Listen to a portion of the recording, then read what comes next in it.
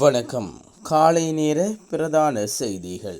விரிவான செய்திகளுக்கு செல்ல முன்னர் முதலில் தலைப்புச் செய்திகள். தொடர்ச்சியாக போராட தொடருந்து நிலைய அதிபர்கள் சங்கம் தீர்மானம்.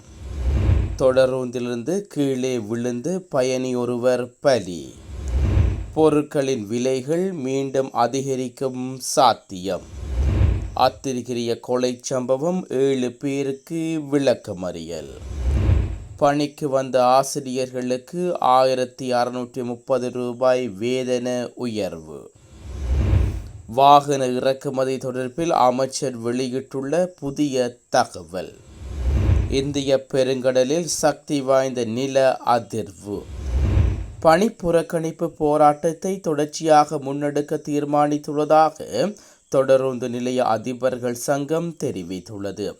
பதவி உயர்வு உள்ளிட்ட பல கோரிக்கைகளை முன்வைத்து இந்த பணி புறக்கணிப்பை போராட்டத்தை முன்னெடுக்க உள்ளதாக அச்சங்கம் விடுவித்துள்ள அறிக்கையில் தெரிவிக்கப்பட்டுள்ளது. இந்த போராட்டத்திற்கு தொடருந்து கட்டுப்பாட்டாளர்கள் உட்பட பல சங்கங்கள் ஆதரவளித்துள்ளன.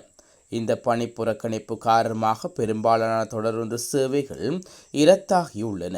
இந்த தொழிற்சங்க நடவடிக்கைகள் காரணமாக பயணிகள் பாரிய அசௌகரியங்களை எதிர்நோக்கியுள்ளதாக எமது செய்தி தொடர்பாளர் தெரிவித்துள்ளார்.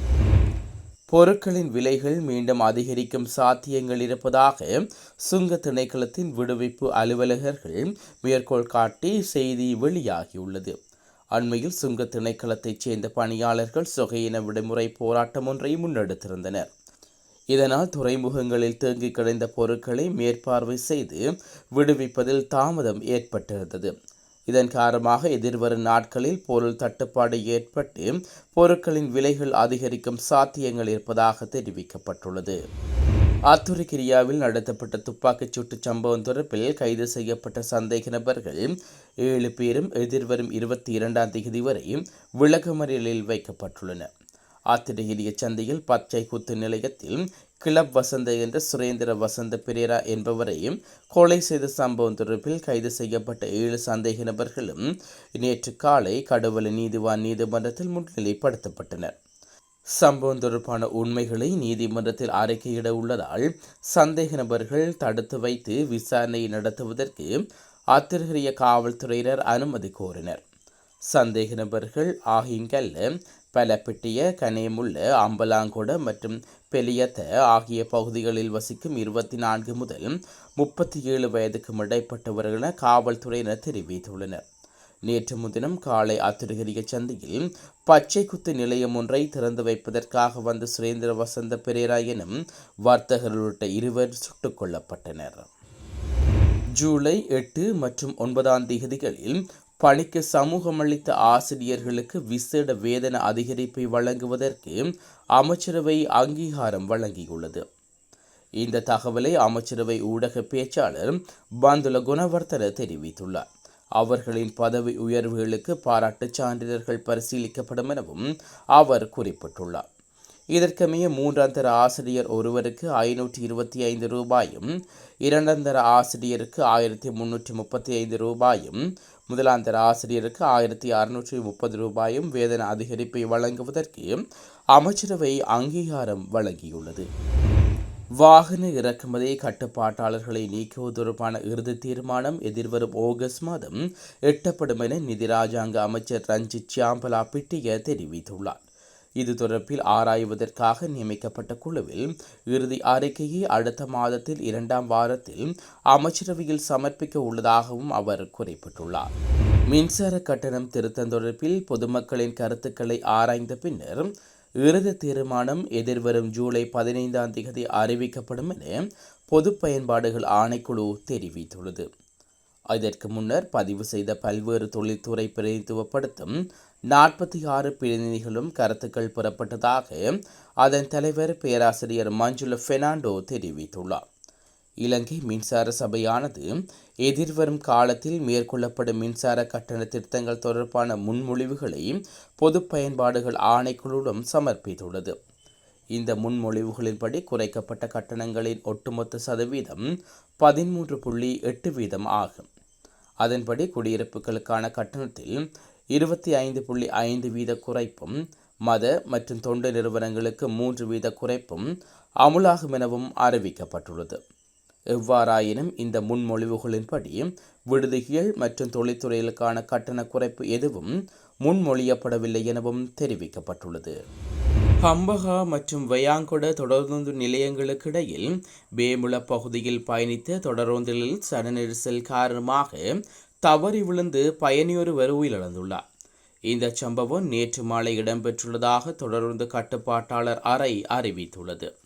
நேற்றைய தினம் தொடருந்து நிலைய அதிபர்கள் சங்கம் பல கோரிக்கைகளை முன்வைத்து பணிப்புறக்கணிப்பை மேற்கொண்டிருந்தது. இந்த பணிப்புறக்கணிப்பு காரணமாக பெரும்பாலான தொடருந்து சேவைகள் இரத்தாக இருந்த நிலையில் 2 அலுவலக தொடருந்துகள் மாத்திரம் இயக்கப்பட்டன. இந்த தொடருந்துகளில் பயணிக்க முண்டியடித்த மக்கள் பாரிய அசௌகரியங்களை எதிர்நோக்கியதாக எமது செய்தியாளர் தெரிவித்தார். இதேவேளை பணிப்புறக்கணிப்பு போராட்டத்தை தொடர்ச்சியாக முன்னெடுக்க தீர்மானித்துள்ளதாக தொடருந்து நிலைய அதிபர்கள் சங்கம் தெரிவித்துள்ளமை குறிப்பிடத்தக்கது. இந்திய பெருங்கடலில் தென்னாப்பிரிக்காவிற்கு தெற்கே சக்தி வாய்ந்த நில அதிர்வு உணரப்பட்டுள்ளது. தென்னாப்பிரிக்கா கேப்டவுன் நகரத்திலிருந்து 2500 கிலோமீட்டர் தொலைவில் இந்நில அதிர்வு உணரப்பட்டுள்ளது. இது டிக்டர் அளவுகோலில் 6.7 மெக்னிடியூடாக பதிவாகியுள்ளது. இதேவேளை இந்தியாவிலும் ஆங்காங்கே சிறிய அளவிலான நில அதிர்வு உணரப்பட்டு வருவது மக்களுக்கு அச்ச உணர்வை ஏற்படுத்தியுள்ளது. மகாராஷ்டிரா மாநிலம் ஹிங்கேலி பகுதியில் நேற்று காலை 7:14க்கு நில அதிர்வு உணரப்பட்டுள்ளது. இது டிக்டர் அளவுகோலில் 4.5 மெக்னிடியூடாக பதிவாகியுள்ளதாக இந்திய ஊடகங்கள் செய்தி வெளியிட்டுள்ளன. இதனால் ஹிங்கோலி மற்றும் அதனை சூழ உள்ள பகுதிகளில் வீடுகளில் லேசான அதிர்வுகள் உணரப்பட்டுள்ளன. இந்த நில அதிர்வால் ஏற்பட்ட பாதிப்புகள் குறித்து இதுவரை எந்த தகவலும் வெளியாகவில்லை என்பதும் குறிப்பிடத்தக்கது. சையத் பிரேமதாச தலைமையிலான ஐக்கிய மக்கள் சக்தியுடன் இணைந்து கூட்டணி அமைக்க சுதந்திர மக்கள் காங்கிரஸ் தீர்மானித்துள்ளது. நாடாளுமன்ற உறுப்பினர் டலஸ் அழகப்பெருமாவின் தலைமையில் இயங்கும் சுதந்திர மக்கள் காங்கிரஸ் இது தொடர்பான ஐக்கிய மக்கள் சக்தியுடன் பல சுற்று பேச்சுவார்த்தைகளை நடத்தியிருந்தது. இந்நிலையில் சுதந்திர மக்கள் காங்கிரஸின் உள்ளக கூட்டத்தில் ஐக்கிய மக்கள் சக்தியுடன் இணைந்து கூட்டணி அமைக்க தீர்மானிக்கப்பட்டுள்ளதாக நாடாளுமன்ற உறுப்பினர் சரித ஹெரத் தெரிவித்துள்ளார். முல்லைத்தீவு துணுகாய் பகுதியில் நேற்றைய தினம் மகிழுந்து ஒன்று கவிழ்ந்து விபத்துக்குள்ளானதில் ஒருவர் உயிரிழந்தார்.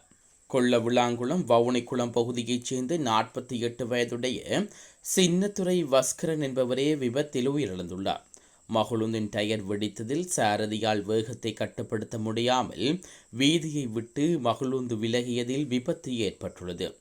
இதேவேளை மகிழ்ந்தூந்தில் பயணித்த மேலும் 2 காயமடைந்த நிலையில் சிகிச்சைகளுக்காக கிளிநொச்சி வைத்தியசாலையில் அனுமதிக்கப்பட்டுள்ளதாக செய்தியாளர் குறிப்பிட்டுள்ளார்.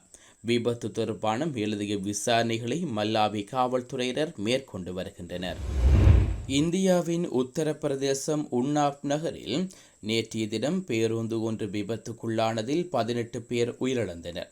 லக்னோ ஆக்ரா நெடுஞ்சாலையில் பீகாரிலிருந்து டெல்லி நோக்கி சென்று கொண்டிருந்த பேருந்தொன்று பார்தவூரி மீது மோதியதில் இந்த விபத்து ஏற்பட்டுள்ளது. விபத்தில் உயிரிழந்தவர்களில் 3 பெண்களும் ஒரு சிறு குழந்தையும் அடங்குவதாக உத்தரப்பிரதேச காவல்துறையினர் தெரிவித்தனர். இதேவேளை விபத்தில் 19 பேர் காயமடைந்துள்ள நிலையில் அருகில் உள்ள வைத்தியசாலைகளில் அனுமதிக்கப்பட்டுள்ளதாக இந்திய செய்திகள் தெரிவிக்கின்றன.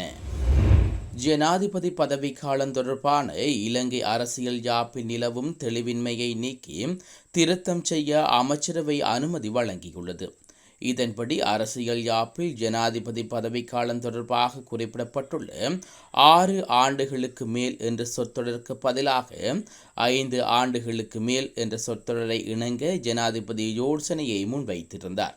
இந்த யோசனைக்கு அமைச்சரவை அங்கீகாரம் வழங்கியுள்ளதாக தெரிவிக்கப்படுகிறது.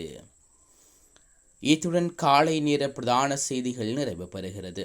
தொடர்ந்து நாளை காலை பிரதான செய்திகளோடு இணைந்து கொள்ளுவோம். நன்றி.